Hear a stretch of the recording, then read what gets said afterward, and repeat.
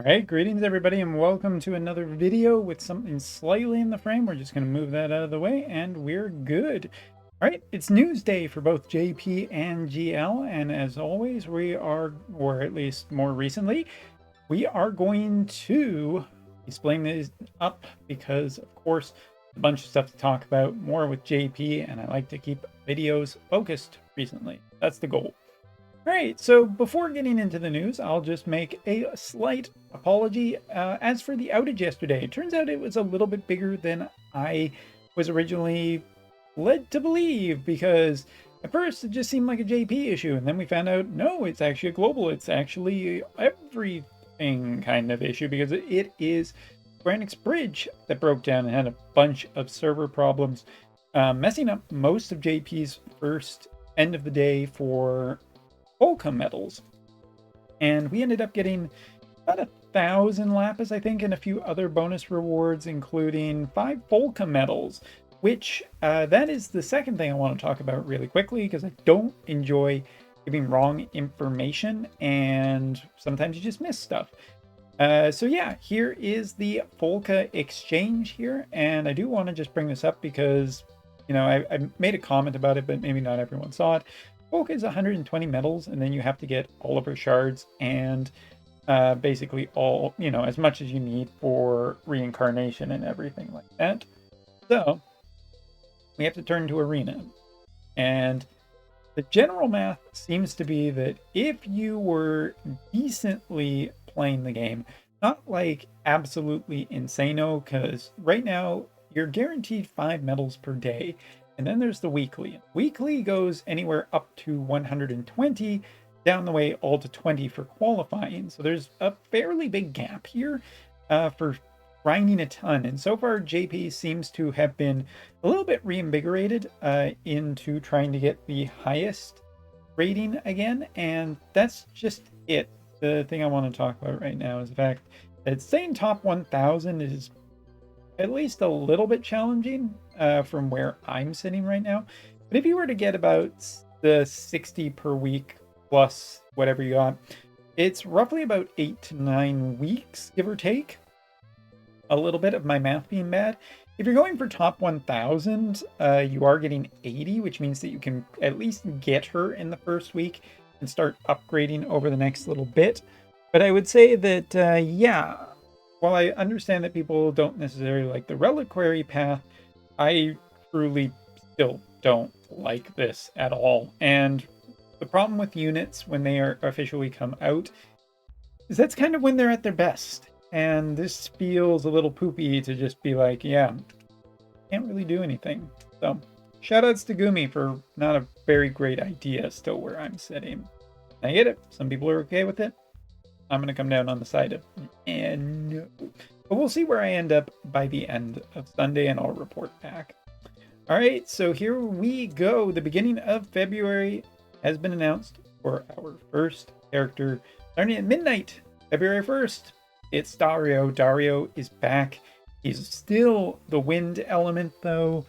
You know, you look at Shadowlink, she's water now, but Dario, he's happy where he is, and good news, he's going to be staying there, essentially. As a matter of fact, Dario just looks like a straight upgrade of the previous version of Dario. Like, even his uniform is still roughly the same. Got a cool new looking sword, and some new jobs too. So primary job is brand new. Also has Red Mage and Grimoire Master at 100 cost for anybody who's curious. This is another story character, Ashes of the Apocalypse, so another story 3. And that does mean that he is semi-limited. And as a semi-limited character, well, you can pick him up during certain special times, but he is not permanently available. Plan ahead. All right. Let's scroll all the way down to the bottom. So first thing to note is that his master ability does give magic damage reduction as well as AoE resistance, which is pretty good. But the true thing to know about this character is that he is going to be a slash magic type damage dealer who is a tank that can support like aggro on himself, which is really good. His bottom ability, I want to start with this, creates a barrier that prevents magic damage up to a certain amount. Applies an effect that reduces magic damage taken the wider the attack range is for 3 turns. Applies an effect that seals destruction of barriers for 3 turns when the attack hits. Focuses on self 4 turns. Reduce magic damage taken by allies other than yourself in a diamond pattern AoE by 4 range. Adds an effect that increases when certain status effects are in, including poison, sleep, and slow, which, okay, a lot to unpack in this. First off, he is completely anti-magic damage between a barrier and an ability that reduces damage on himself, but also reduces damage on others. It does look like he will also have, I'm assuming that it's not hate, it's, I think, extra accuracy for multiple turns. And a couple of these abilities are looking at, 4 turns as opposed to the usual 3, which is just straight up stronger. The second ability that we're previewed here, I mean, it's essentially magic damage, which is really, really good, I have heard. And I'm just going to do this really quickly because I couldn't keep the secondary. But, excuse me. So, Triple Drain. Deals 3 consecutive damage based on magic.